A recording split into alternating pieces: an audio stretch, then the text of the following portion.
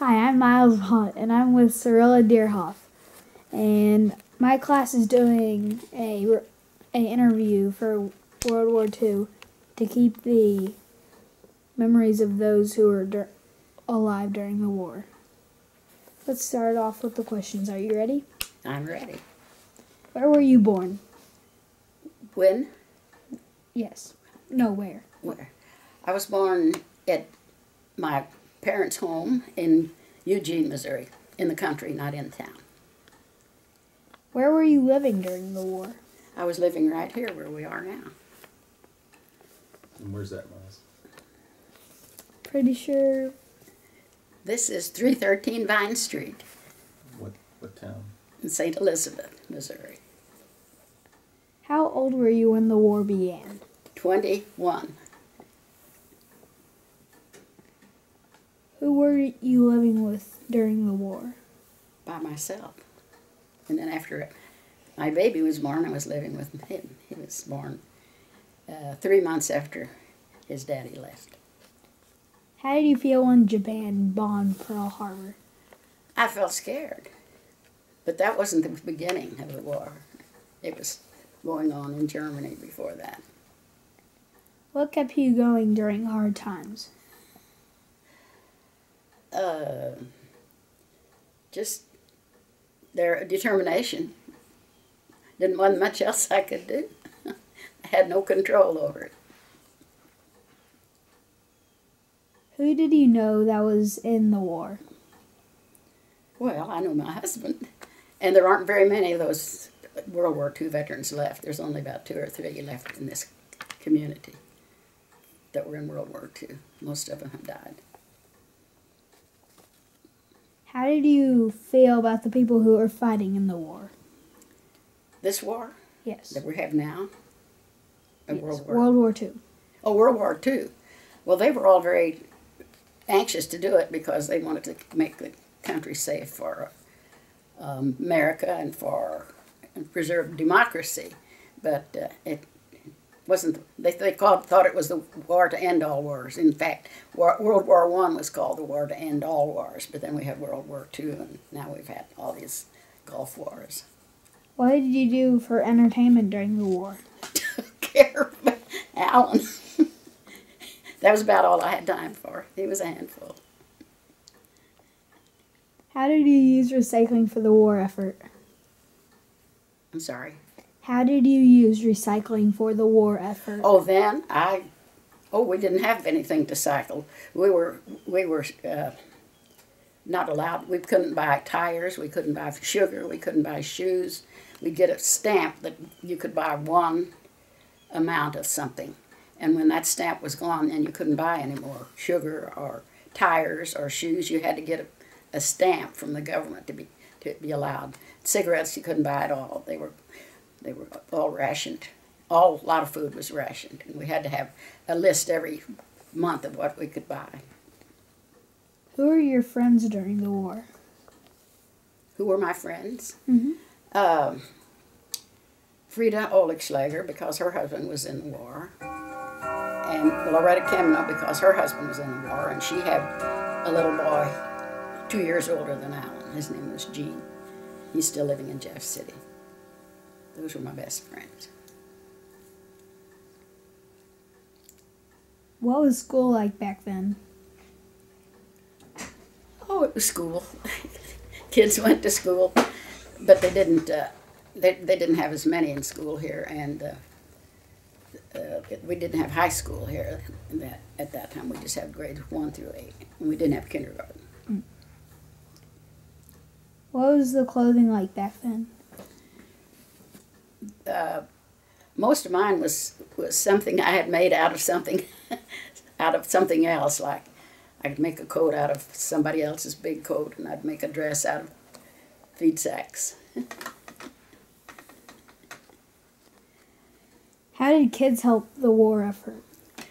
They bought bonds. They bought stamps and bonds. People were encouraged to buy war bonds, they were called, and kids could buy just little 50 cents or 25 cents until they got enough to buy a war bond. Did you have a job during the war? Yeah, taking care of Alan.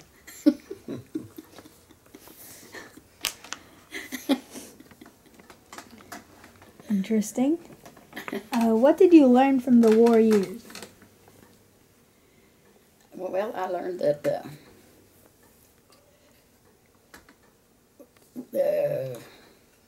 I didn't like it. I know that. I didn't like it. But there wasn't much I could do about it.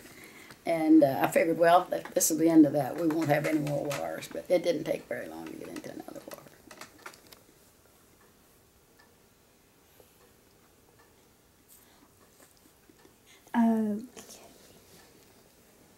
What foods did you eat most during the war?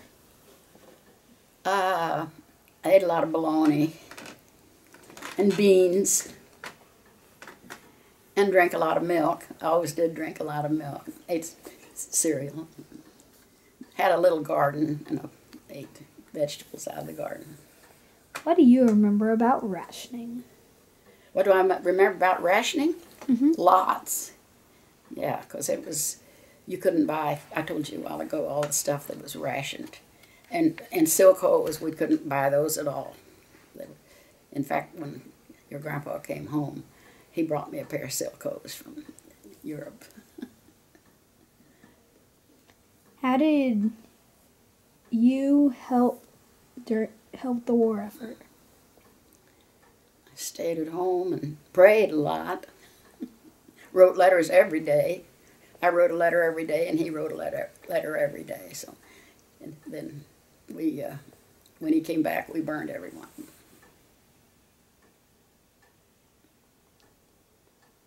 You burned everyone at the stake? What?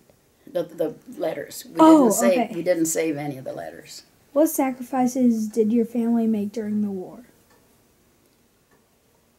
The rationing was the worst because there was you couldn't buy gasoline. Everything was very rationed, and you didn't go anyplace much.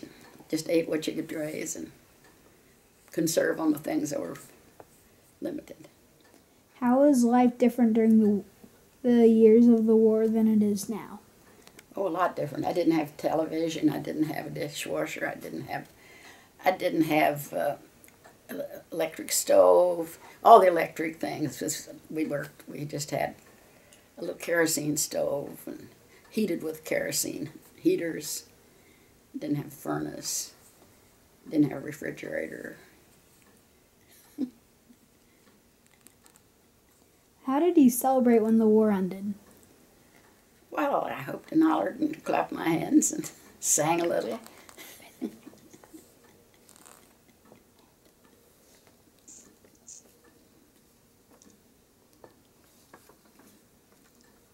How did you feel when the war ended? How do you think I felt?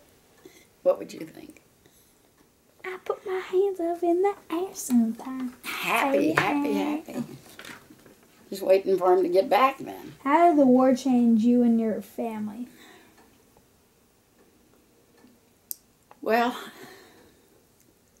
I was raised on a farm, and I was used to living about the way we lived during the war because I had just moved in off of the farm, just had gotten married that same year. So it wasn't as hard for me as it was for people who lived in the city because I had been raised with taking care of myself, having my own chickens and eggs and garden and butchering my father. My mother was gone, but my father would give me pork and beef that they butcher on the farm. What do you think is the most important thing for people to know about that time in history? I think they need to know all about it because people now have no idea. They wouldn't know how to exist the way we did. I don't think people now would survive. They just throw up their hands and quit. They don't know what sacrificing is.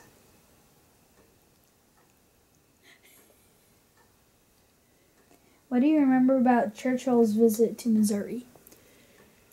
All I knew was I read in the paper that he was there. I didn't.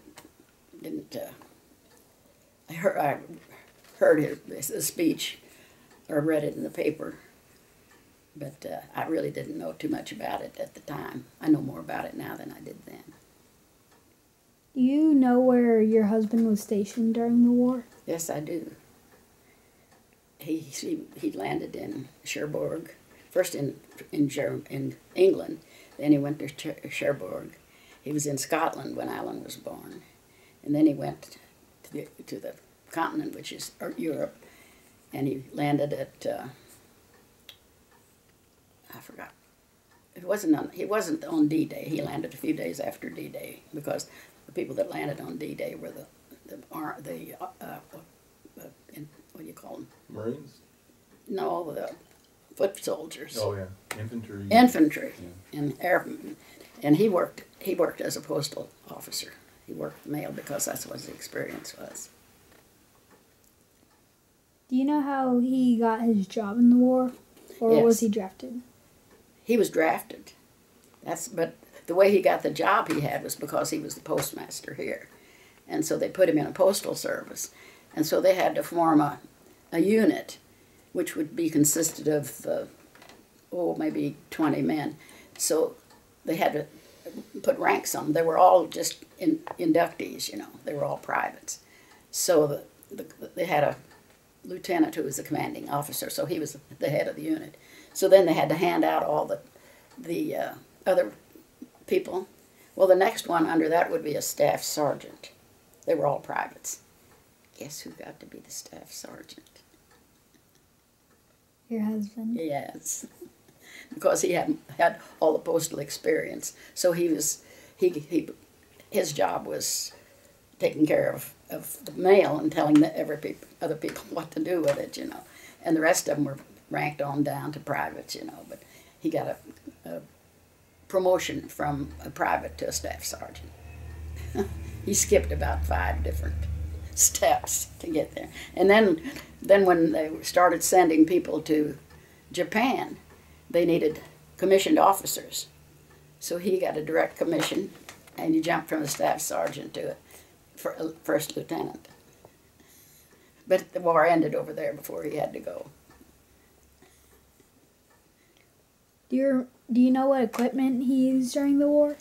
Well, he carried a rifle on his, like everybody else, and but of course when they were at work, they just had their work fatigues on, and they handled all the mail that came from the United States and loaded it on planes to go wherever it needed to go, and then they had to load everything there that came to the United States, and they'd carry. I wish I had the pictures. They'd carry 2 sacks of mail at a time, big, about 80 pounds each on their shoulders, and put them on the plane. And when they moved from one town to another, then they had to find a place to establish a post office. So that was his job, to go find somebody that would let them use their space. And usually it was somebody's home. And he'd just have to tell them, well, we have to have it. We need a place to have the mail. And they'd just have to move out. So it was a war. And then when they had bombings, and every time they'd hear a bomb come, they'd all throw themselves down on the ground, so they wouldn't get hurt. They didn't lose any of their men, but they stayed on the front lines. They were as far advanced as any unit was, because they were with the First Army. So they moved forward as the troops moved forward. They moved forward too. So that they were. And Christmas Eve, he was going to church, and he heard a bomber coming. He threw himself on the sidewalk, and it went on over. He didn't drop one then, but they were dropping them all over the place. Everything was bombed out. But they were fortunate they didn't get their little post office bombed. But they had to move. Every time the troops moved forward, they'd have to move forward and find a place to have as a post office, because they needed space. Thank you for letting me question you. Well, you're quite welcome. It's my pleasure. Thank you.